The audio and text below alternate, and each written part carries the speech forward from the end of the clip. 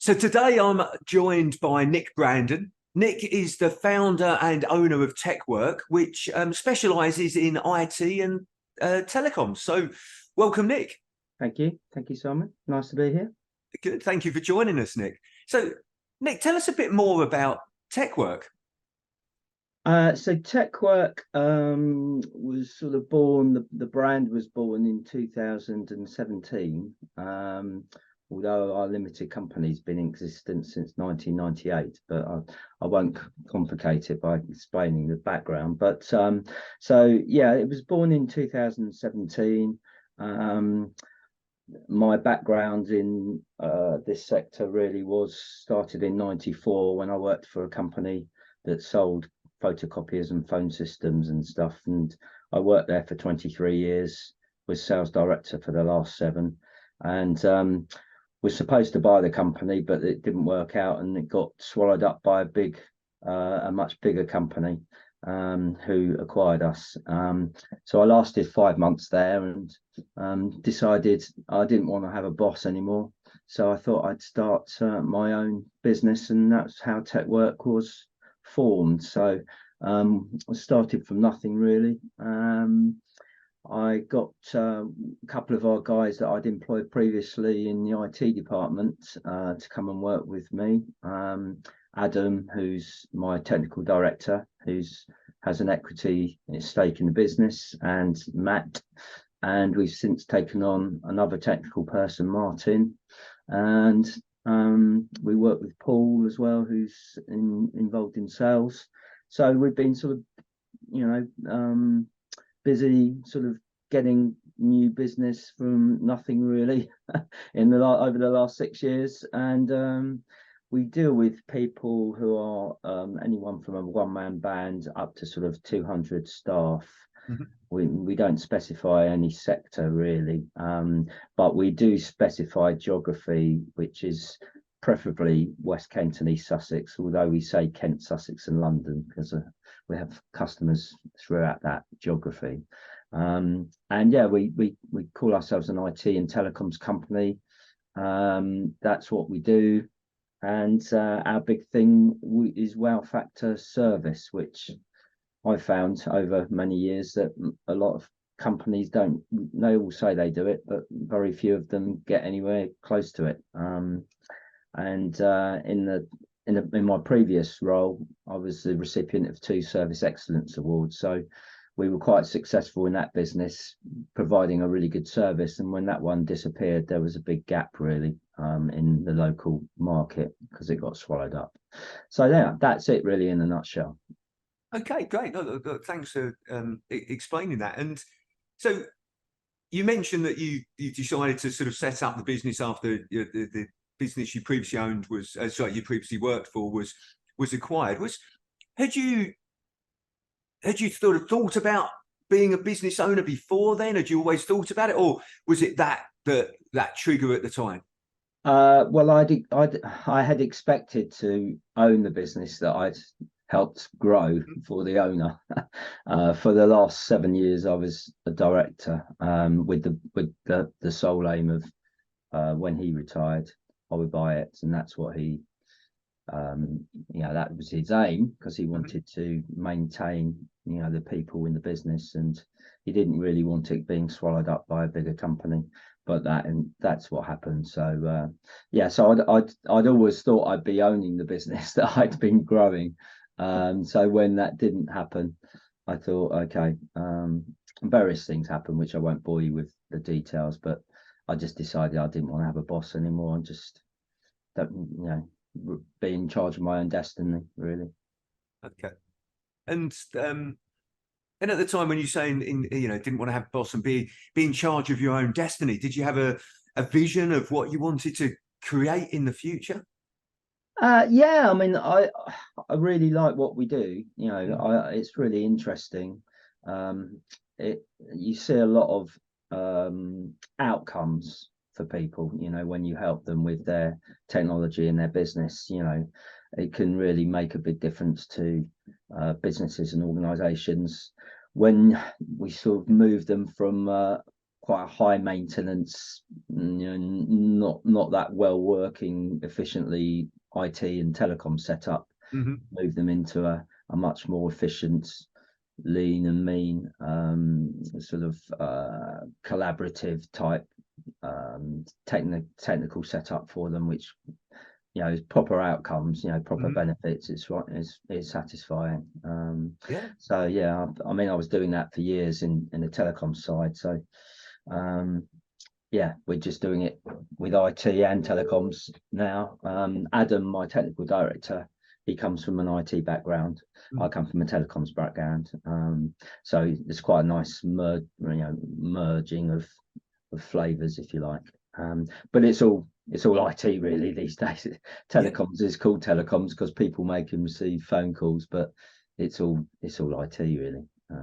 So yeah, the aim was really just to build a good team, to provide people with proper outcomes in terms of technical solutions and wow factor service, so that every interaction they have, they come off the phone or they're left with something and they think, okay, wow, that was good.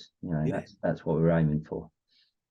So let's talk a bit more about that wow factor then, Nick, because like I get it, it's really important nowadays to be able to demonstrate that you're different, better than your competitors. So what does the wow factor mean for you, or how do you see it, and why is it important for your business?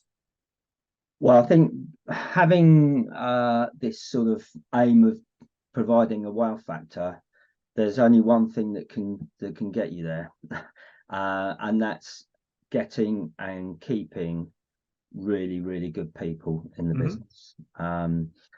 So the people that work in the business are the most important thing. People, I think, make the mistake sometimes of thinking, well, the customers are the most important thing. Actually, they're not. The people are the most important thing, because if you get and retain really good people, then everything else should look after itself.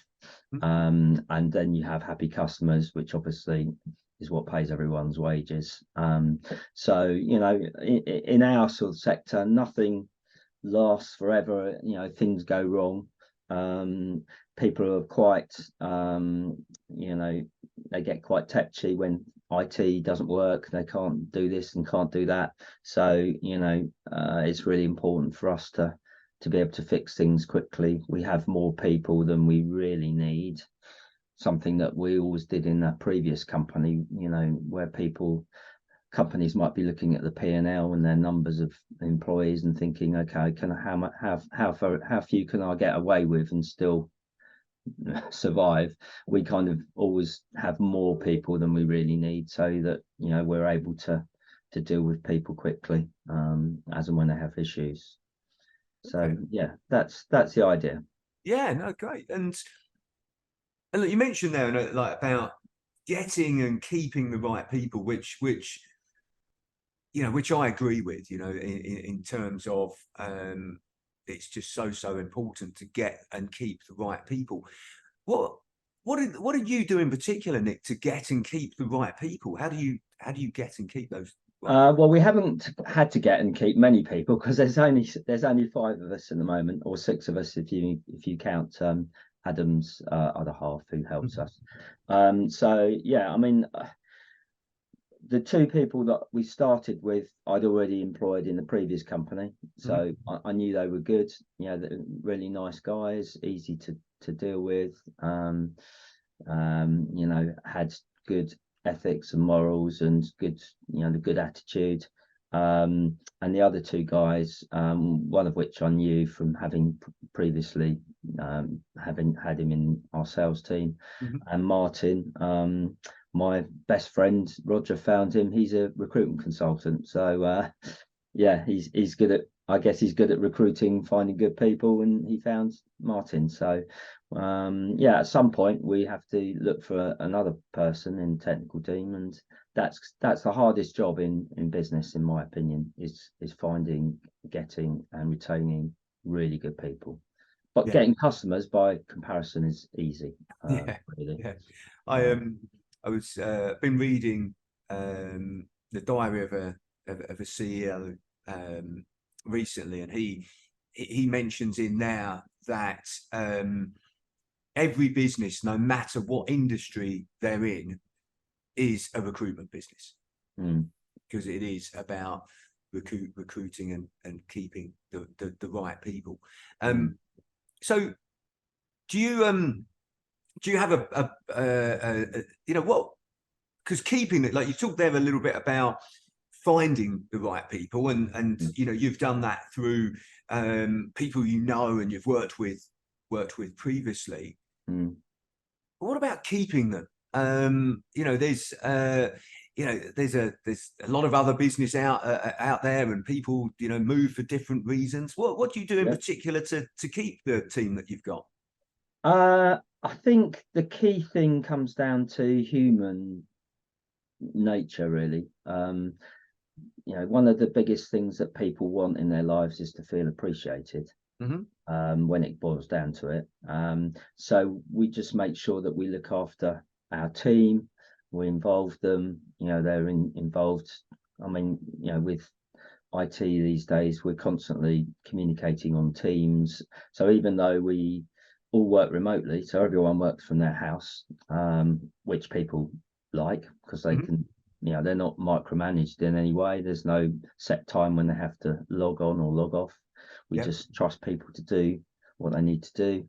But yeah, just to make sure that they're involved, appreciated, asked their opinions, asked about where the company should be going in terms of strategy, what products to take on, and we just make sure that they're valued. So we had a project go live recently, and one of our guys was quite heavily involved, did a lot of work. We sent him a little something to say thank you. We sent Matt the other day £100 Amazon voucher because one of the other guys was off and he was kind of manning the help desk to all intents and purposes. So yeah, just making sure people feel appreciated and that they're part of the team and they're valued, really. Yeah. Okay. And what else? Anything else that you do to Uh, keep them? And yeah, well, they all have the standard stuff, I guess. Electric vehicles is a good one, because that's really good for benefiting kind. So we let them choose pretty much what vehicles they want, because people like to have a vehicle that they want rather than have things thrust upon them. yeah. We meet up reasonably regularly and, have a few lunches here and there and few beers. But yeah, we just get on well because most of us we work together, so we know each other. And yeah, it's a difficult one, but you just need to be kind, really, and think about people rather than just soldiering on trying to get new business, and expecting people to just deal with it. That's another thing, we're conscious of not always getting new business all the time. It's all for us is going away from employees for the moment. It's the other thing we do is we're proactive with our customers. So we see a lot of our kind of companies going and getting new business, taking the money every month. The customer doesn't see them for 3 years, 5 years, whatever. So we're trying to buck the trend on that, and we have regular reviews with customers, and making sure that we're doing all the things that we should be doing, and that opens doors for us, because customers like us, and then we get talking about other things that we can do. So yeah, I think a lot of business owners make that mistake. They're so obsessed with new business, they're not looking after their existing customers well enough in many instances. Yeah. No, I agree. I think and look, and we'll come on to that in a second. But look, I think I love the way that you sort of that you really strongly believe in getting the right team and retaining that team. And I think there's you know, 7 keys to having a winning team, and that involves strong leadership, having a common goal, clear rules of the game. So this is you know, these are the things that, this is how we do things around here. This is you know, what tecwork's values are, etc. Then having a clear action plan of what to do and when to do it. Also, to support risk taking as well, because particularly in any industry, but you know, like you mentioned there, in you know, in IT, it's a very innovative industry. You need people to come up with ideas. So if you support risk taking, that makes people, you know, very open minded and growth minded. You know, you mentioned 100% inclusion. I think that's another important key. And the other two that I think are ongoing training, making sure that our teams are kept, you know, keep developing themselves, you know, the personal development plan, whether, you know, whatever that is, whether it's something that's happening in the industry, or the sales people are keeping up with, you know, how to improve their sales. And then the final one that's absolutely key, which you alluded to there, is communication. Communication. And I know that's 8 that I've just mentioned, but I add communication to it as an overriding, you know, sort of key to the winning team. But picking up on what you sort of said there about customers as well, it's, again, you're absolutely right that people obviously, you know, businesses obviously go out hunting for new businesses, but we forget about the existing clients. And research has shown that actually the reason that people, that customers and clients change their providers or who they buy from is perceived indifference. Exactly. It's not about sort of price or anything like that. I think it's something like 67% or something like that. May have that number wrong, but it gives you an idea that people, why they move to somebody else is because perceived indifference. And that's because they don't feel as though they're looked after, or they don't feel as though you do anything different to anyone else. So I agree. I remember going on the training course once, and these figures, I remember they said typically the top 20% of your customers will love you, and you know, they'd probably be the ones that are spending the most money with you and you know, but bought into you. The bottom 20% probably, you know, could just go elsewhere on a whim, and then there's that middle 60% where you know, they're there for the taking, but by other competitors if you're not careful. So you know, if you look after all of them as well as you possibly can, you know, you're gonna sort of ring fence them, aren't you? And I can tell you, you know, the amount of times we go into new business meetings, and nearly everyone is either dissatisfied with their provider because either they're not doing a very good job, or the other thing is they're not proactive, so they don't sort of suggest new stuff, or they just don't hear from them. It's just mad. So why a company like ours would spend time and effort getting a business customer and not spend, you know, an equal or more amount of time keeping them happy, is just, it's just, I don't know. But it happens. As you quite rightly say there, Nick, it's expensive and time consuming getting new customers. In the scheme of things, it's a whole lot easier looking after your existing customers, and retaining them, and then what they, you know, what happens is their business grows and they need more products or services, or different products and services, and you're there supporting them in that. So tell me, Nick, you know, you've been in business for you know, for a number of years, and you mentioned that you know, your current sort of business was sort of born in 2017. So what would you, if you had to start again, what would you do differently? I would have started 10 years earlier. Okay, okay, Yeah, and wouldn't have wasted 7 years of my time thinking I was going to end up with the business I was in. But yeah, that's probably one of the things I would do differently. Well, the only thing, but it's pointless really talking about the part. The only thing we can affect is today. So what would I do differently? Yeah, difficult to, other than literally starting earlier. Probably not a lot really. I think we've got a good business, got good customers, got good people, got a good range of services. We like dealing with lots of smaller customers. We buck the trend a bit. I know everyone in our sector likes to get the big juicy customers. I don't like that. I prefer to deal with small to medium sized businesses, sort of one person band, up to sort of 25, 30 is our sweet spot.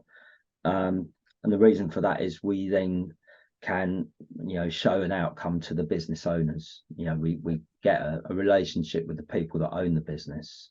It feels palpable, the difference, we're making to that business owner. And I'd rather have, a large number of smaller customers, and have those relationships, make those differences. But also then you've got much larger number of people that can refer you and recommend you to other people. If you're going for the big guys, you're dealing with, no disrespect, not with the owners, you're dealing with, management team or middle managers who, they might leave and go somewhere else and take you with them, but more often than not they leave and someone comes in and a new brush sweeps clean, and despite whatever you've done for them over the last few years, it's out the window. So yeah, much prefer dealing with lots of different smaller organizations, different people. okay. And what's been your biggest learning since you've been in business, Nick?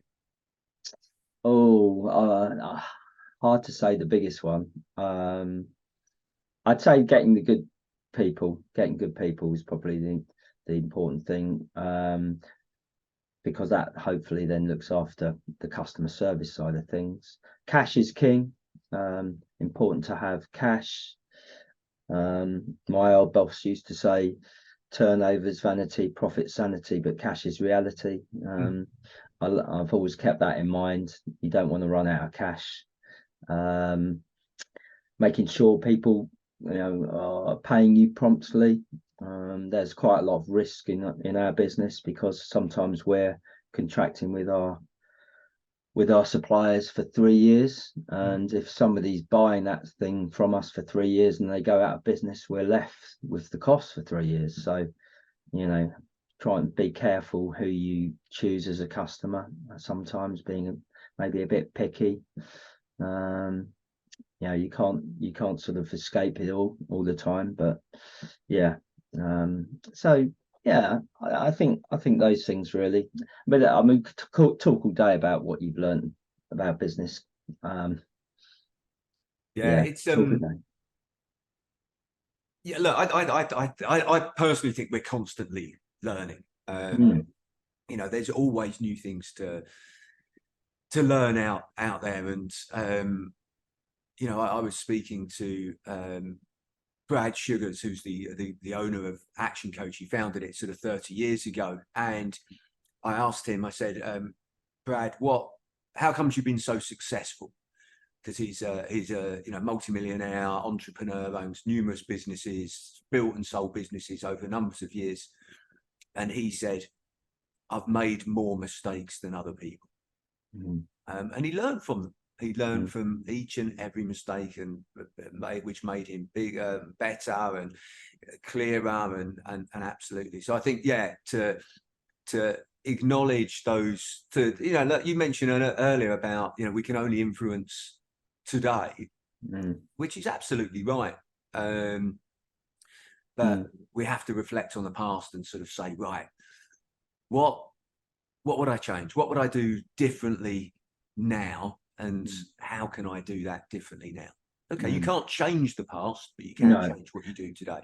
I agree. I mean, the things you learn, the most important things you learn are normally negative situations that you've Yeah. had to deal with. So yeah, you learn a lot about yourself when things happen to you, and it's often not the bad things that happen to you that um, affect the outcome. It's how you manage them, how you deal with those bad things. Absolutely. And I think, yeah, it's important to look back and say what didn't go so well, what went really well, what went well, and what do I need to keep doing? Because that works. That went really well. So I always think there's three things we need to look at. What do we need to stop doing? What do we need to start doing? And what do we need to carry on doing? Three great things to sort of reflect on. Sorry, Nick, go on. I was just going to say, also keep in mind that, you know, it's not all about the money. You know, people, you know, you were saying there about the action coach guy and he's a multi-millionaire and everything like that. You know, money is important so much as the more you have of it, the more freedom you have. But you know, there's only so many cars you can drive at one time, you know. So it's important to, you know, we've only got you know, time is the only finite thing a human being has, really. So it's important to, you know, although money is important, there are lots of other things that are just as important that you should be spending your time doing. So, you know, having a business, being an owner of a business, hopefully gives you a bit more freedom for you to spend your time doing things that are more important than spending your money. I agree with you there. Although what I would add to that is, it's what you decide to do with your money. You know, yeah, like it's not. You absolutely agree with you. It's not about necessarily for everyone. By the way, it is for some people about having nice cars and big houses and nice holidays. But for other people, it's about having money so they can help people.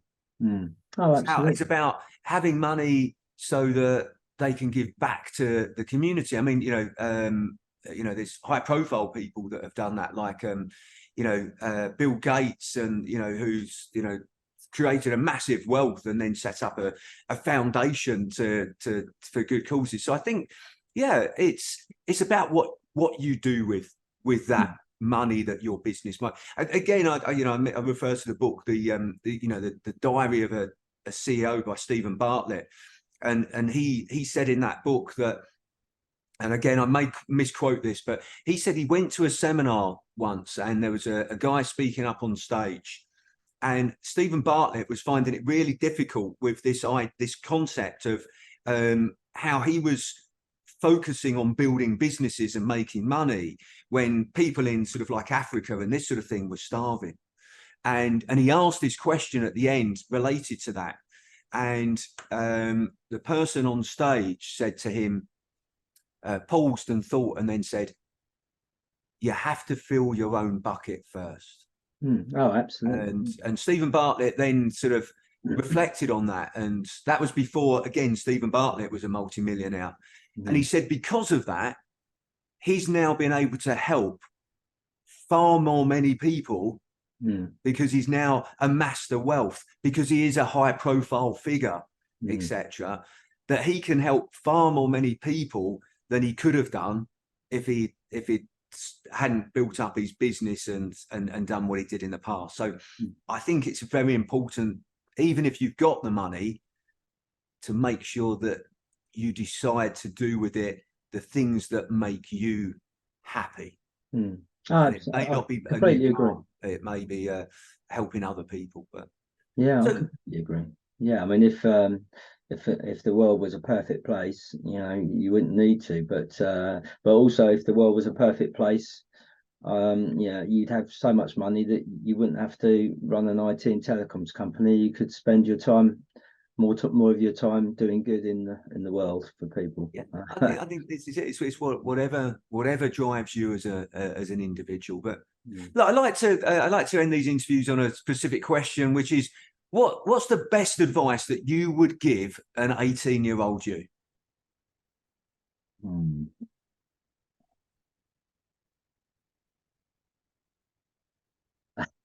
So, you've hit me with that.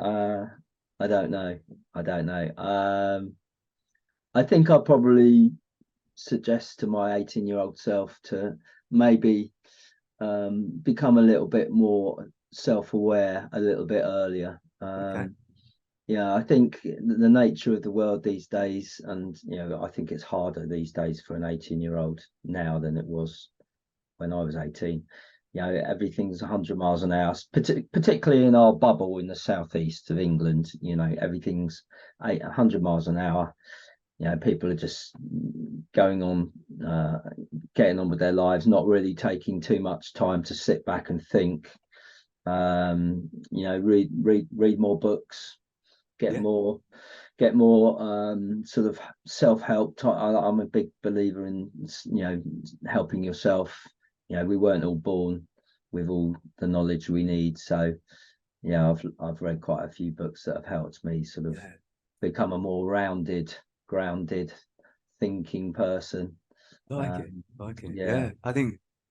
Yeah, well, look, some great, great things there that you've just sort of come up with. I know you had to think about it. Self-awareness, I think, is great, and then continued learning, which was Mm, really the other thing that you mentioned there mm, as well. So, mm, mm. um, that's great. I think, look, great advice there, Nick. So, well, Nick, look, I really appreciate you taking the time to speak with me today and sharing more about your business and your journey as well. So, thank you very much.